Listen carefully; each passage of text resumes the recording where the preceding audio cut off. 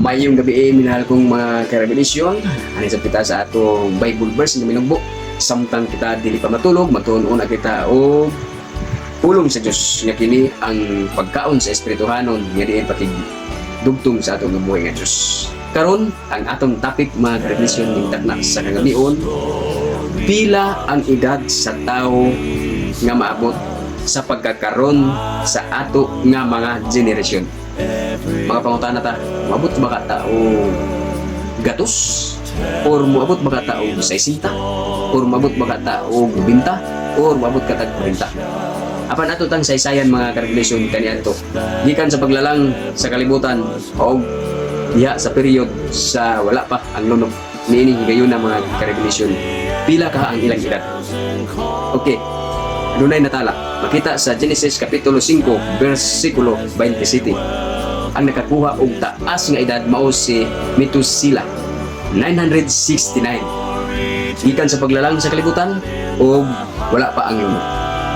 Karon gikan sa lunok hantod sa kang Moises. Pila ba ang ilang edad? Okay. Makita sa Deuteronomio versikulo 34 versikulo 7. Ang ilang edad ang naabot ni Moises 120. Taas gamay 140, 120 naradiha ang ilang mga edad mga karaglasyon. Gikan sa lunok, pagkuman sa lunok, unya kang Moises gitagna na sa Ginoo og pila ang edad na ilang maabot. Si Moises nakaabot og 120 ang iyang edad ug kini siya namatay. Sigundahan nato ang teksto nga gitagna na daan diri sa Genesis. Sa Genesis 6:3 na yun dire, og maingon si Jehova, ang akong espiritu dili makiglalis sa gihapon sa tawo, kay siya unod apan ang iyang mga adlaw magausa kagatos o kaluwaan katuig. Nakuha ni Moises ang iyang edad 120. Gikan sa kang Genesis og sa ato karon nga period, pila ba ang gihatag sa Biblia?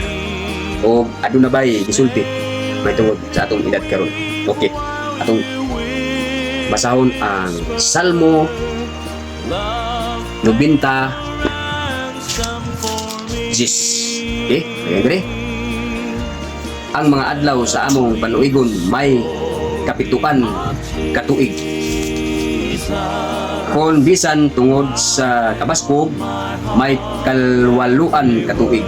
Bisan pa yana ang ilang garbo mao lamang ang kabudlay o kasub-anan kay kini sa madali musaylo. Sa atong mga panahon karon mga karaglasyon, ang atong edad regular na ang atong edad 70 sa atong mga panahon karon. Kung ligon ka, nag-amping ka sa imong kinabuhi, muabot ka kung sinta. Regular ka na nga maabot sa atong mga panahon karon. Mao ni mga karaglasyon ang atong mga minugbo ng mga Bible verse. Magayon ako kaninyo ang kaluoy ug ang gugma sa Dios magauban kaninyo.